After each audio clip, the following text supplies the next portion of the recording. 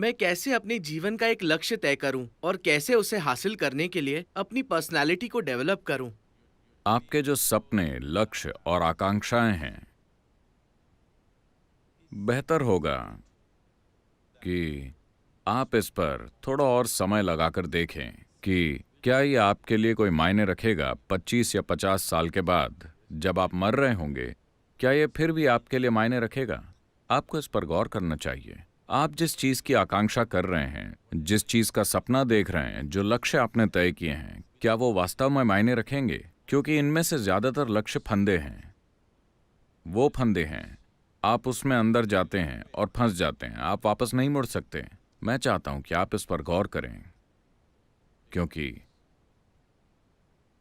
यहां कई लोग आपसे बड़े हैं। उनसे पूछिए, 18 साल की उम्र में उन्होंने जो सपना देखा था, वो खुशकिस्मत हैं कि वो सच नहीं हुआ।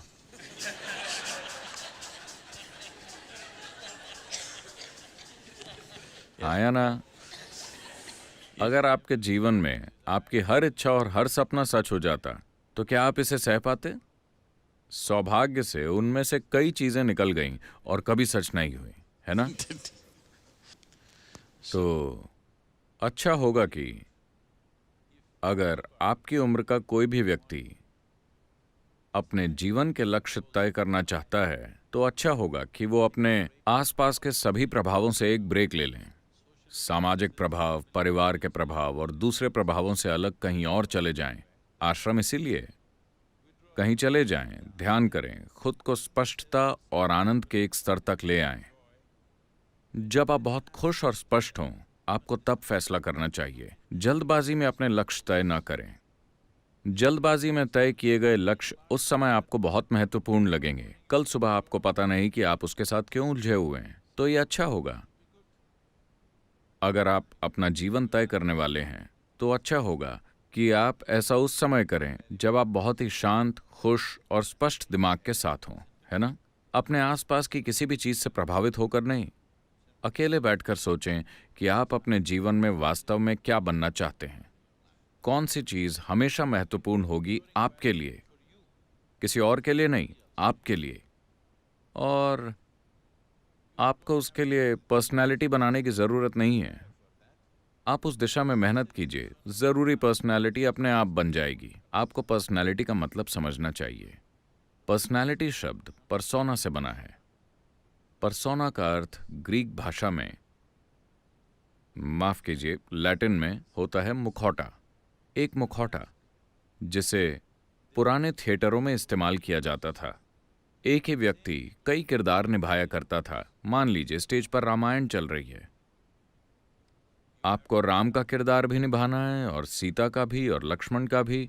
हर किरदार के लिए एक एक मुखौटा है। आप ये मुखौटा लगाकर राम की तरह बोलते हैं, उसे नीचे रखते हैं। ये मुखौटा लगाकर सीता की तरह बोलते हैं, उसे नीचे रखते हैं। ये वाला लगाकर हनुमान की तरह बोलते हैं और फिर नीचे रखते हैं। नाटक इसी तरह किए जाते थे। तो इन मुखौटों को ही परसोना कहा जाता था। तो पर्सनैलिटी का मतलब है कि आपने एक मुखौटा लगाया और वो मुखौटा आपके चेहरे से चिपक गया, आप उसे निकाल नहीं पा रहे। इसका मतलब है कि आपकी एक पर्सनैलिटी है। पर्सनैलिटी ऐसी चीज है जिसे लोग डेवलप करने की कोशिश करते हैं, क्योंकि उन्हें अपने जीव का कोई एहसास नहीं होता। असली चीज के बजाय आप एक नकली चीज को मजबूत बनाने की कोशिश कर रहे हैं। अगर आप अपने जीव के साथ संपर्क में हैं, तो आपको पर्सनैलिटी क्यों चाहिए? इसकी कोई जरूरत नहीं है। आप अलग अलग जगहों पर अलग अलग पर्सनैलिटी रख सकते हैं। आप पहले से ऐसे हैं या एक ही पर्सनैलिटी के साथ अटक गए हैं? कुछ लोग अटक गए हैं। साधारण दिमाग के लोगों की सिर्फ एक पर्सनैलिटी होती है। दूसरे लोगों की जीवन के अलग अलग क्षेत्रों में अलग अलग पर्सनैलिटी होती है ना? अगर आपने मुझे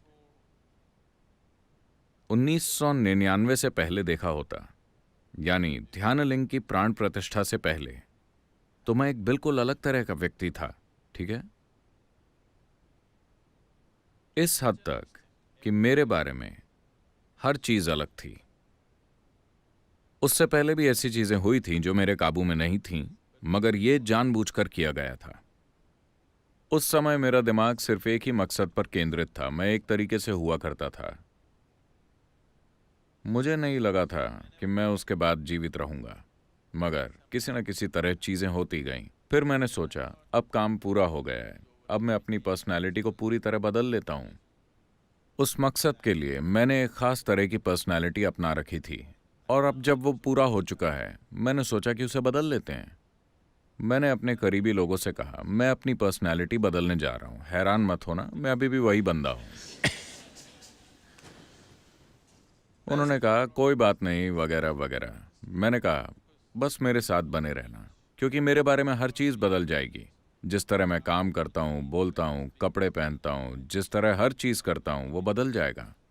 उन्होंने कहा कोई बात नहीं, हम आपको जानते हैं, आपसे प्यार करते हैं। मैंने कहा लेकिन मुझे कस के पकड़े रहना, क्योंकि जब चीज़ें बदलती हैं तो लोग अलग हो जाते हैं।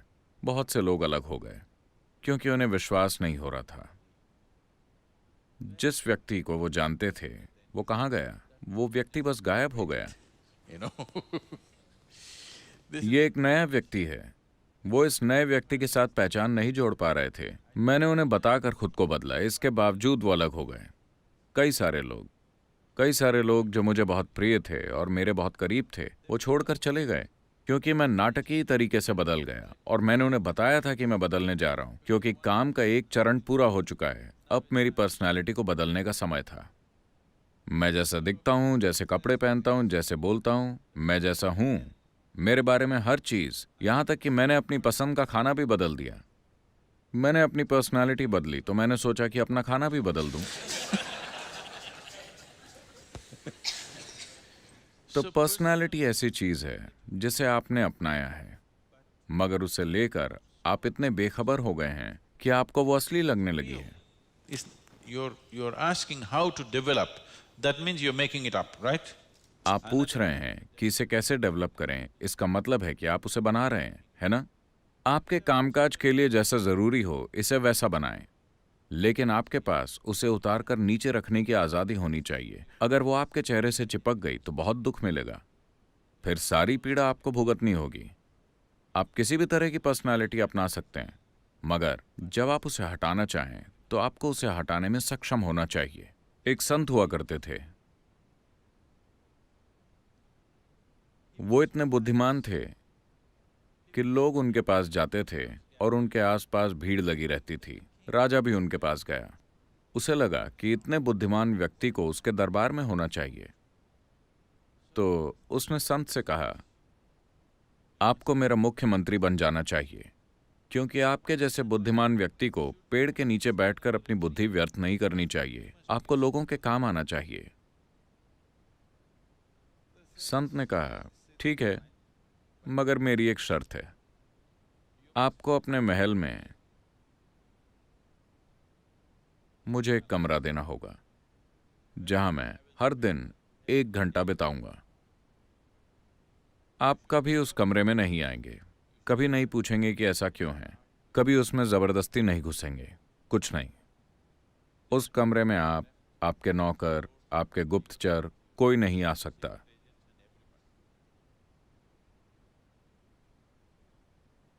राजा बोला कोई दिक्कत नहीं है, मुझे क्या दिक्कत होगी, आपको एक कमरा चाहिए, मैं आपके कमरे में ताक झांक क्यों करूंगा, मुझे मंजूर है। फिर जब भी कोई अहम बैठक होने वाली होती, वो संत जो अब मंत्री बन गया था, वो राजमहल के हिसाब से वैसे कपड़े पहनता था, मगर वो अंदर जाकर 1 घंटे के लिए खुद को एक कमरे में बंद करता और फिर बाहर आता। कुछ महीने और साल बीत गए, मगर फिर राजा की जिज्ञासा, ये जिज्ञासा हमें मंगल तक ले जा चुकी है। वो जानना चाहता है कि आखिर वो आदमी अंदर क्या करता है।